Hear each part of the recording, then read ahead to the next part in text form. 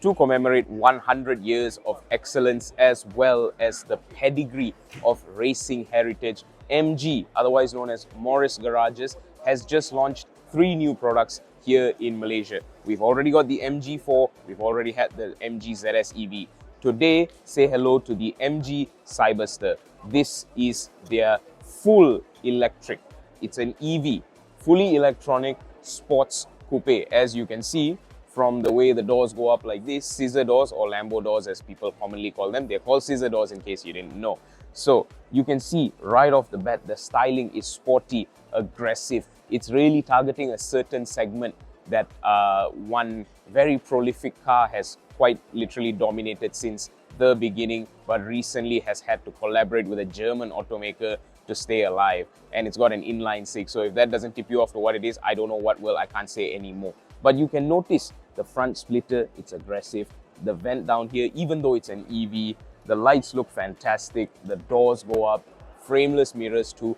Everything about this car just looks very sporty. You'll notice that it even has a very long hood, despite again being an EV. And of course, what's a sports coupe without a retractable hardtop roof, right? So you got to put the roof down when you have a midlife crisis, or in this case, because we're quite sure that this being a Chinese car will be way cheaper than the competition, maybe even some youngsters could afford it. So what do you get? Well, MG has yet to release the specs or the price for this car because this was a surprise vehicle. We didn't even know they were launching this today until they said so. So stay tuned for more details as we get them. But for now, let's walk you around the MG Cyberster. First things first, you'll notice very sporty scythe-like rims. These look fantastic, and I bet you they would look super cool blasting down the highway as well. Off to the side, you'll notice one very long door right here. So let's see if we can get this down. Where's the handle? There we go. Okay. Oh, that's got some weight to it. So with the doors closed, this is what the side profile looks like. You've got a little dart right here to show you just how quick this thing is, and you've got your door release. Of course, it's automated as well, right? Look at that. Goes up in style. Obviously, the position of ingress and egress is very low, so if you have a bad back, I would not recommend this car. But you can see inside, it's still very sporty. Over here at the back as well, you've got your mechanism housing the roof. You've got your very sleek looking taillights, which actually also run the length of the car. And you've got the words here, Cyberster MG. So this car, okay, there we go.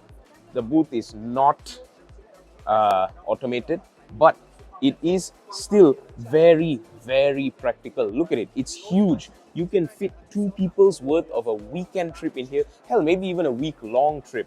So if you and the missus or you and another friend want to go to Genting or anywhere for that matter, this car is more than capable of doing that for you. Now, let's take a look inside. Right off the bat, once again, you can see that this is meant to be a super, super sporty vehicle. You've got your flat bottom steering wheel, which is also in a maroonish, brownish red color, which echoes the fabric used here, which is, it's not really fabric, it's more suede. And then there's leather going on as well. Once again, super sporty design. Wind deflectors back here to make sure that your hair doesn't go all over while you're driving with the roof down. You've got lights here, SOS button. You've got a tiny little vanity mirror as well, but no light. So yeah, that kind of tracks. I mean, like, look at the space you have here. There's not really much, but I do like this. So it's curved. The digital driver display is curved. The whole car sort of curves inwards towards the driver. You've got a grab handle here for your passenger, but you'll notice that everything just sort of shifts slightly towards the driver, which really, really adds to the sportiness, and I really like that. So as you can see, center console. You got 2 cup holders here. You got a nice big cubby space here, USB ports, and a button to open and close your door, so you don't have to actually do anything to, well, yourself. But then of course you can also always just, you know, open and close them yourself. Here's your lock and unlock button. You've also got a super sport mode on the steering wheel, all your controls with your shift knobs, all the buttons you'd need. Again, curved display. Look at that display right there. That is high definition. That is fantastic. And of course, you've got your transmission over here. D for drive, neutral, reverse, park.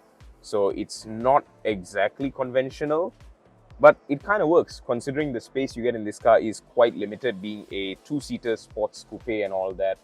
But yeah, what do you guys think of the MG Cyberster? Once again, I think it'll be a lot cheaper than anything else in the segment. Granted, it is a Chinese car, so that is the trend.